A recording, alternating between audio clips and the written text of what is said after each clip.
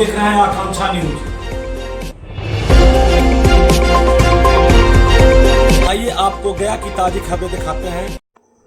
वजीरगंज विधानसभा से बीएसपी के प्रत्याशी के रूप में पूर्व प्रत्याशी निर्दलीय एवं मगधी सेना के सेनानायक चितरंजन सिंह उर्फ चिंटू भैया ने अपना नामांकन कराकर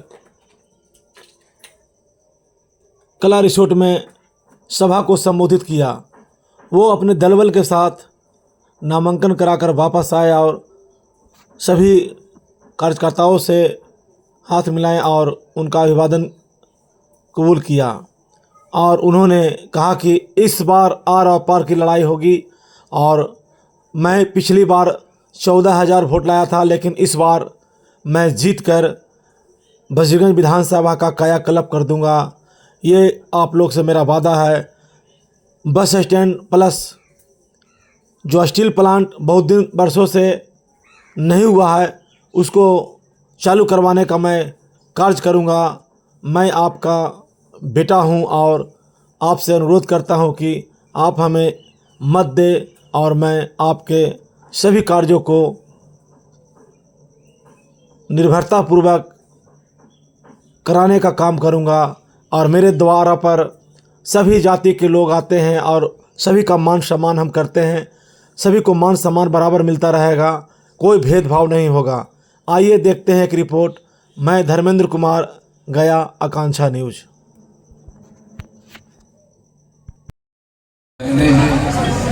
हमारे पास मीडिया के कुछ साथी हैं, उनके कुछ सवाल हैं, उनके मैं जवाब दूंगा। पहले इनको हम निपटा लेते हैं, फिर हम आपसे संवाद स्थापित करेंगे।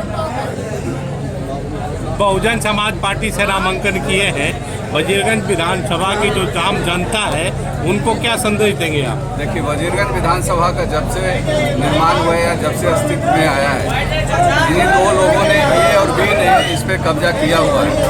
आज तक वजीरगंज विधानसभा में एक युवा, जो मैं पिछले जब से विधानसभा बना है तब से मैं संघर्ष कर रहा हूँ, जनता मौका देगी। पिछली बार मुझे करीब 12,000 मत आए थे और इस बार मैं एक राष्ट्रीय पार्टी से हूँ, बहुजन समाज पार्टी, और वजीरगंज विधानसभा में बहुत सारी संख्या में बहुजन है। और निश्चित रूप से यह बहुजन सभी को लेकर के मने कोई इसमें जात न पात, सब वजीरगंज के साथ हम लोग सब इस बार जर्जर हो चुके इन खंडहरों को अस्तित्व मिटा देंगे। 77 और 72 वाले वजीरगंज विधानसभा में कहीं से भी एक्सेप्ट नहीं किए जाएंगे। 77 और 72 से क्या मतलब है? 72 और 77 का मतलब है कि ये 70 पार कर चुके लोग हैं, जिनको रिटायर हो जाना चाहिए, वो भी वापस आ जाते हैं, लौट करके रिटायर होते हैं, फिर लौट के आ जाते हैं। इस बार वजीरगंज विधानसभा की जनता इनको परमानेंट ही रिटायर कर देगी।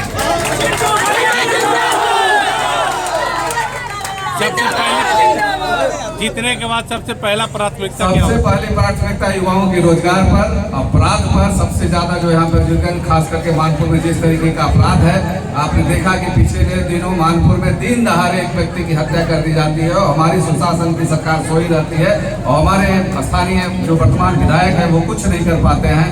इसलिए सबसे पहले जो है वो सुशासन स्थापित कैसे होता है वो वजीरगंज विधानसभा की जनता को पता चलेगा। यहाँ सबसे पहले सुशासन लाना है, उसके बाद युवाओं के रोजगार के लिए, किसानों के खेतों की पानी के लिए, उनके किल्लत होती खाद और बीज के लिए लड़ा जाएगा। और बाजारों में जितनी गंदगी है, जितनी अराजकता फैली हुई है सड़कों पे, उसको निपटाया जाएगा। सर, आज़ादी के 78 साल हो गए, उसके बाद भी वजीरगंज विधानसभा में बहुत सारे ऐसे गाँव हैं जहाँ पे अभी भी सड़क नहीं है सर। डिलीवरी होती है तो अभी भी लोग खटिया पे जाते हैं। हाँ, आप जानते हैं कि पिछले विधानसभा में जब मैं घूम रहा था, एक मंगूरा नदी के ऊपर ब्रिज बनवाया था मैंने, क्योंकि वैसी स्थिति थी कि 77 वर्षों के बाद, 78 वर्षों के बाद या 80 साल के हो जाने के बाद भी हमारे गाँव में ये मूलभूत सुविधाएं नहीं पहुंची है। हर वर्ष 3-4 महिलाएं, बच्चे पढ़ने जाते थे, डूब के मर जाते थे। तो हमने तो करके दिखाया है। वजीरगंज विधानसभा की सड़क की स्थिति पिछले विधानसभा में क्या थी, आपने देखा कि हम कीचड़ में खड़े होकर के उसके लिए लड़े हैं। इसलिए यह समस्याओं से ग्रसित है विधानसभा। इस समस्या से निकालना है या बीमार है, इसको स्वस्थ बनाना है और स्वस्थ को बना सकता है तो एक तरफ चट्टान है, दूसरी तरफ खाई है, दोनों को कैसे पार करेंगे आप? ये देखो, दोनों चोरे चोर मौसेरे भाई है, न ये चट्टान है और न खाई है। वजीरगंज की जनता इसको इस बार समतल कर दे।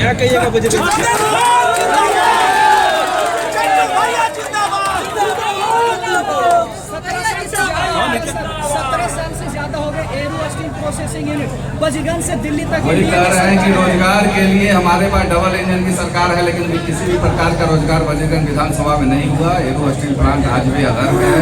सीमेंट प्लांट की एक घोषणा सुनी थी हमने, वो भी 5 साल से ज्यादा हो गया, वो भी अधर्म है। रोजगार के नाम पर सिर्फ यहाँ पर लोगों को भेड़ बकरी की तरह दिल्ली के लिए पलायन करना पड़ता है। हमारा अधिकार होगा कि जब मैं यहाँ का विधायक बनूंगा तो रोजगार के लिए, फैक्ट्री के लिए मैं दिल्ली से पटना एक कर दूंगा। बजीगंज को मैं उस ऊंचाई पर ले जाऊंगा जो आज तक नहीं हो सका। भ्रष्टाचार पर आपका क्या सोच है?